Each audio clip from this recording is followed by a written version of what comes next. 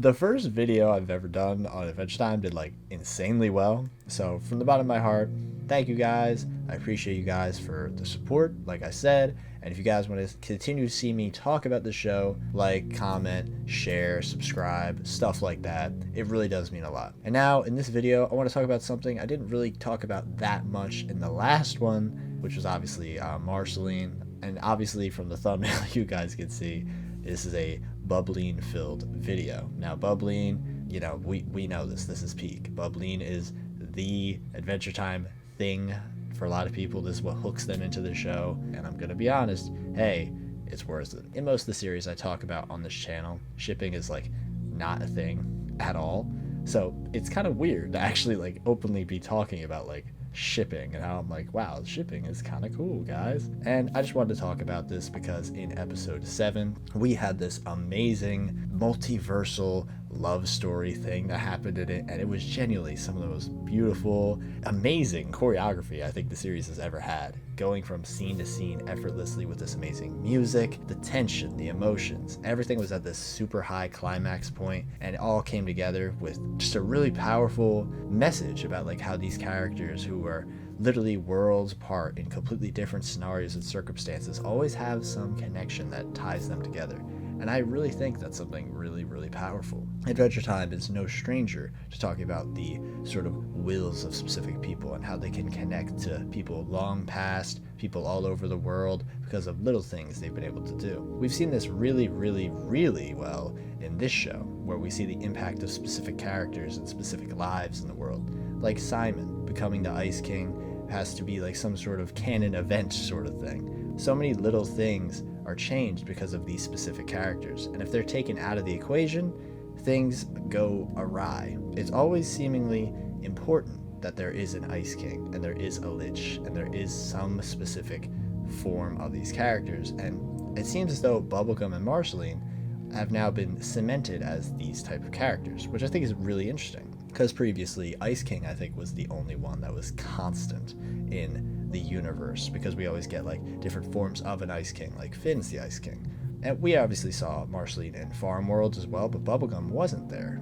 So it seems as though things are getting more and more relevant, so I cannot wait to see what else is to come from this, because we got 2 more episodes of this greatness, as I said in the last video, and if we get any more Marcy and PB stuff, I'm gonna just lose my mind.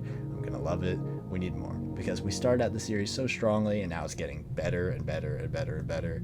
Instead of seeing some cute couple stuff, we're seeing some trauma and some actually really, really wholesome relationships with Marshall Lee and Gary, who I actually have really enjoyed watching. I know a lot of people are probably more hyper obsessed with Marcy and PB because we've known them for way longer than these two, but I think their love story is very sweet. You know, we're seeing them come from very different worlds, very different circumstances, but come together because they just care about one another. It's nothing really that deep or crazy. They're not like mortal rivals like this evil Marceline and PB. They're just cool. It's them finding love in a normal world under normal circumstances. The only differences being like class, I guess. I don't really know, because we don't have that much insight into Marshall Lee's family backstory.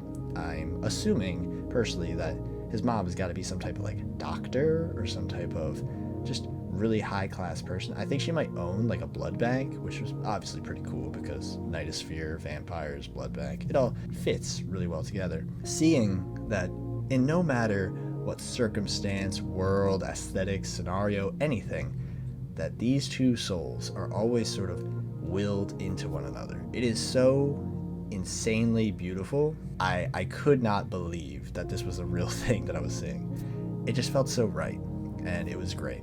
Seeing all the different like pieces of the puzzle come together, even though it seems so different, is really powerful in a way. And I know some people might get turned off by this idea. They might think, oh, if they're always going to be brought together, do they have any choice in the matter? And I think that's just stupid. Them saying stuff like that just sort of invalidates the actual experiences that these characters go through, you know? You might say, oh, it's always destined to happen, but that doesn't mean that these characters know that. They could just feel it regardless of any way whatsoever. For example, we literally see it in the evil Marceline world. We literally see it. We see them say that they could kill them all the time, but it never happens. It never happens. And I find that so compelling because it's like they're always drawn to each other in some way. It doesn't matter if they're gonna go out together, like on a date, or go out together, like literally die. They are on a deeper level of connectivity compared to so many other characters in the story. It's obviously perfect because these characters are immortal for a lot of the time. I could easily imagine in the human world, for example, with Marceline and Gary, they literally could die at the exact same time. Just like how evil Marceline and Princess Bubblegum were saying they would go out at the exact same time. Now, don't get me wrong, I don't want Gary and Marshall to just die, like, in the next episode. That easily could happen. Like, I don't want it to happen at all, but that easily could. Like, these next 2 episodes could have a lot of baggage. If that's one of the things that's, like, set up, and then there's, like, some, like, weird universe, like, reset thing, you know, like a magic Thanos snap, and then things, like, go back to normal, that could be kind of crazy. I never really had that thought, but, hey, that could be something. But yeah, regardless of that, I really like the way that this show is portraying these characters being connected to one another. And I know that this is a series that is going through a lot of different universes at the moment, and not all of them have that sort of magic essence innate in it. But I think it's very beautiful that even in this world that's so normal versus a world that's so abstract and fantastical, there's always this sort of like permeating thing between these two souls, no matter what world, no matter what time, situation. And something I've really been thinking about is the Candy Queen Marceline connection. In The Winter King, we saw that there was a young girl Marceline, implying that Marceline had died. However, we also know that Bubblegum is obviously alive in this story. Now, a lot of people have been thinking, okay, did Marceline leave Ice King after seeing what he did to Bubblegum? Or did the Winter King actually kill Marceline because she was so furious at him for what he did to Bubblegum? And obviously I think that would be really interesting because we have so many things about Bubblegum hating magic, so her being forced to deal with this magic I think would be very crazy. I really like this concept, and Candy Queen is just a really interesting idea. Same with Winter King, these like sort of dark inversions of their original stereotypes. It's really interesting. It's really interesting to me, and that's something I would love to talk about in the future. As a Bubbline fan, I have been loving this last episode. Obviously, the fan art has been absolutely incredible. Seeing so many people lose their minds about not just Gary and Marshall, but also Marcy PB, obviously returning to the fold, you know, my girls returning back. I loved it.